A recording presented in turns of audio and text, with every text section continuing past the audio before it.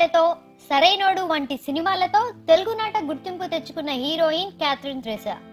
సరైనోడు సినిమా తర్వాత ఆమెను అందరూ యంగ్ ఎమ్మెల్యే అని పిలుస్తున్నారు. బన్నీతో స్నేహం కారణంగా ఆమెకు ఖైదీ నెంబర్ 150 సినిమాలో ఐటెం సాంగ్ చేసే అవకాశం లభించింది.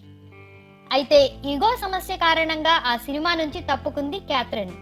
డాన్స్ మాస్టర్ లారెన్స్ తో విభేదాల కారణంగా ఆ సినిమా నుంచి క్యాథరిన్ ను తప్పించి లక్ష్మీరాయ్ని తీసుకున్నారు. అయితే మెగాస్టార్ సినిమా నుంచి తప్పుకున్న క్యాథరిన్ కు అవకాశాలు ఇవ్వడానికి ఇప్పుడు ఎవరూ ముందుకు రావడం లేదు. ఏకంగా మెగాస్టార్ సినిమా నుంచి బయటకు వచ్చేసిందంటే ఆమెకు ఎంత తలపొగరో అని అందరూ చర్చించుకుంటున్నారట. దీంతో ఆమెను హీరోయిన్ గా తీసుకోవడానికి వెనకడుగు వేస్తున్నారట.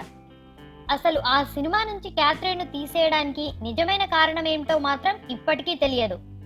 లారెన్స్ తో విభేదాలని, చిరంజీవి కూతురు సుస్మితను ఎదిరించిందని ఇలా పలు వార్తలు వినిపిస్తున్నాయి. ఏదేమైనా ఓ పాట కారణంగా తన కెరీర్ కే ప్రమాదం తెచ్చుకుంది క్యాథరిన్.